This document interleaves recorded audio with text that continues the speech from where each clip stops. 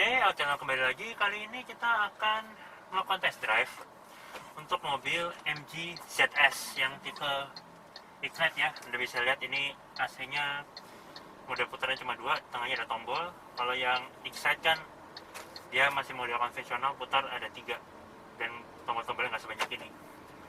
Oke, kebetulan depan masih kosong, kita coba aja tes akselerasinya.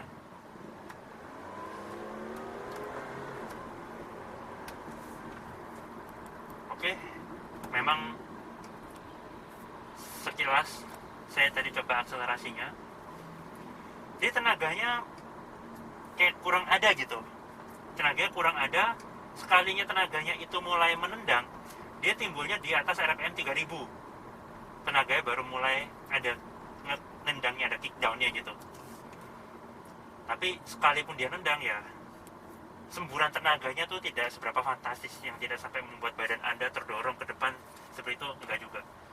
Jadi untuk tenaga dia memang ya tidak bisa dibilang kuat, tidak bisa dibilang terlalu nendang juga, hanya sekedar cukup memadai untuk mobil sekelas 1500cc seperti mobil ini. Kemudian pertama kali yang saya rasakan ketika masuk ke dalam kabin mobil ini adalah visibilitas mobil ini tuh sangat bagus ya. Jadi walaupun tadi tenaga yang nggak fantastis, tapi depan ini lega melihatnya. Sama pilar A ini, dia naruhnya agak ke depan, jadi blind spotnya itu tidak seberapa terasa. Anda bisa melihat ke sisi kanan sana melalui sini, melalui sisi sebelah situ. Jadi penglihatannya, visibilitasnya mobil ini bagus. Kemudian untuk posisi mengemudinya, walaupun setirnya ini masih tilt saja, belum teleskopik, tapi dia juga sudah cukup memadai. Nah, kemudian untuk handlingnya, ya handlingnya biasa saja, tapi saya merasakan ada sedikit kelimbungan. Nah, biasanya kalau limbung ini itu bantingan suspensinya biasanya empuk dan halus, dan barusan ada juga sedikit speed bump. Saya coba melintasi dengan mobil ini, itu suspensinya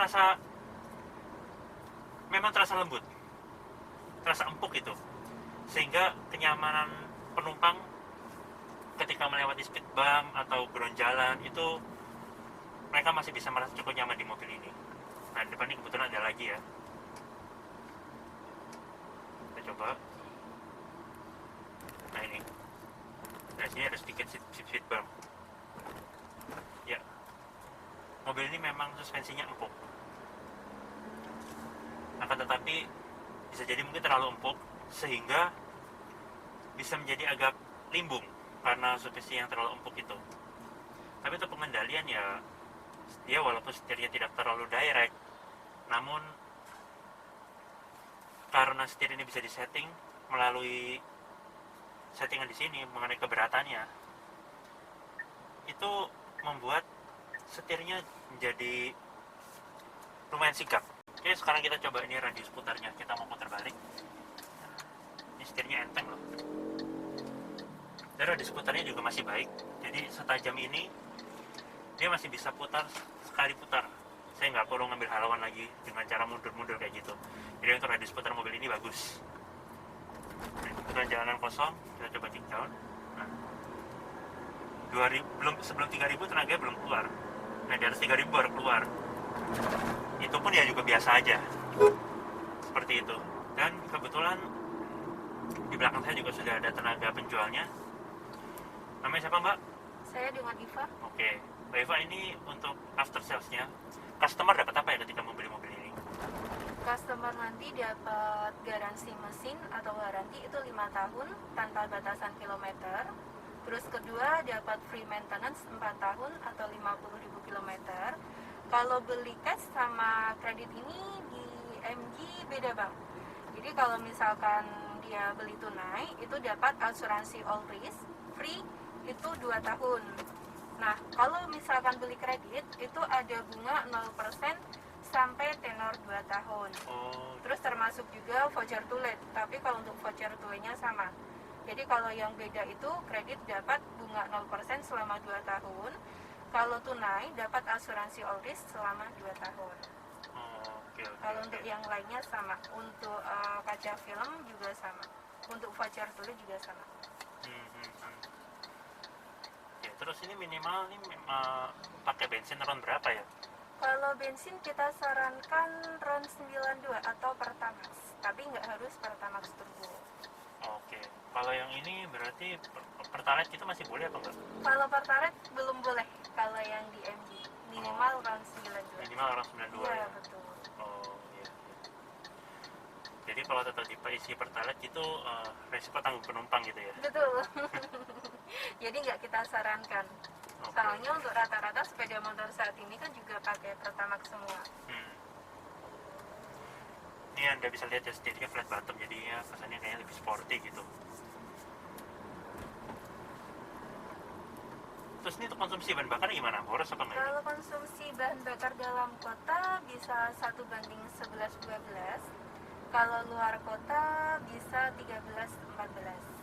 Oke, itu angka yang lumayan hemat ya untuk mobil seukuran 1500 cc Betul, 1500 cc non turbo. non turbo. Oke, sekian kesimpulannya adalah dari apa yang kita bahas tadi. Ini harga berapa? Sorry. Harganya yang Itnek ini 292.800.000. 292.800.000. Betul, Oke. MG ZS Itnek. Oke, baik. Ya, kesimpulannya dengan harga segitu Anda mendapatkan waranti yang tidak sedikit juga, 5 tahun tanpa batasan kilometer ya. Betul. Itu ini kayak baru pertama kali nih tanpa batasan kilometer. Biasanya tanpa pakai kilometer, tapi kilometernya panjang 150.000 gitu. Nah ini 5 tahun tapi tanpa batasan kilometer. Ini berarti MG berani menggaransi mesinnya ini ya, gitu.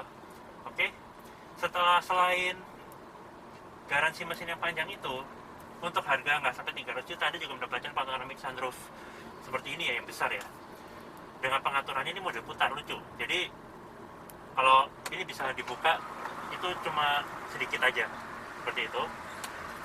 Nah, nggak langsung kebuka semuanya. Jadi ini unik ya pengaturannya ya. Kemudian untuk harga segini juga ya Anda mendapatkan mobil Inggris. Tadi ciri khasnya juga sudah mulai terasa ya. Dia sein sama spion juga sudah dibalik. Yang kanan ini spion, yang untuk seinnya di sebelah kiri untuk lampu-lampunya. Seperti itu. Kan kita mau coba nih kalau kita tutup kayak gini. Nah, kita coba tutup sunroofnya ya.